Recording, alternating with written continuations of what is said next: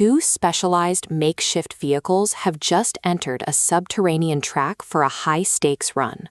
A beaver and an otter are drifting sideways, diving headfirst into a bioluminescent mushroom root system. It is an aggressive opening maneuver.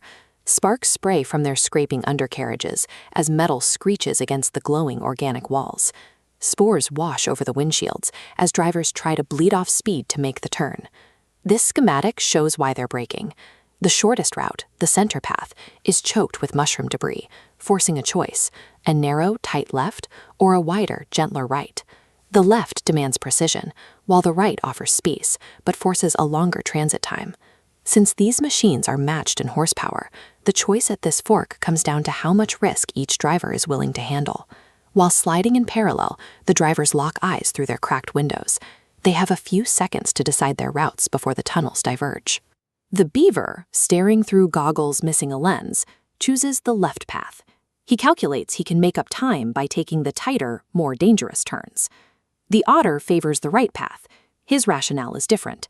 He wants the wider space so he can maintain steady momentum without having to dodge obstacles. They finalize a one-leak wager as the cars snap out of their sideways drift. Both drivers hit the gas and accelerate into their chosen tunnels. The race is no longer a standard drag. It's a comparison of two different driving methods happening at the same time.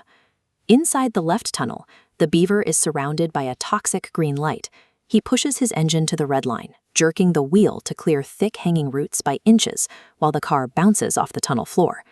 The right tunnel is quiet. Bathed in soft blue light, the otter steers with a single fin.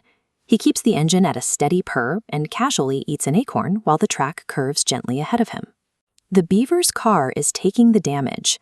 The makeshift cabin shudders.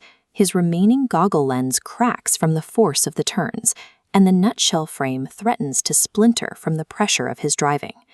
The mushroom walls begin to recede as the green and blue glows meet at the exit. The two tunnels have straightened out and merged back into a single straightaway. Both drivers emerge at the same moment. The beaver's aggressive maneuvers and the otter's steady momentum resulted in the exact same transit time. Both cars blast out of the darkness and into the purple dusk of the final 200-foot stretch. They are in a dead heat. Animals line the track, waving flags as pebbles and green slime spray into the air behind the roaring engines. To gain an edge, the beaver sticks his flat tail out the window, using it as an aerodynamic rudder to force the car half a nose forward. The otter immediately counters by firing his hydro rockets at their limit, pushing his car forward to match the beaver's acceleration. With their different tactics yielding the same result, the race comes down to which car holds together long enough to reach the arch. This top-down grid tracks the final 20 feet. Both velocity vectors are matched, and their front bumpers show no variance in their forward position as they approach the line.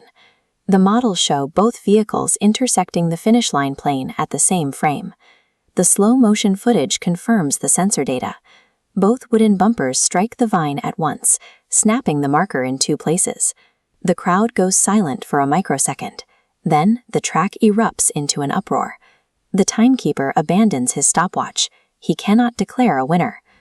Panting in their smoking cars, the drivers don't argue for the win. Instead, they laugh at the fact that neither of them managed to take the leak. The one-leak wager is canceled by the math. The shared risk of the run was the only thing that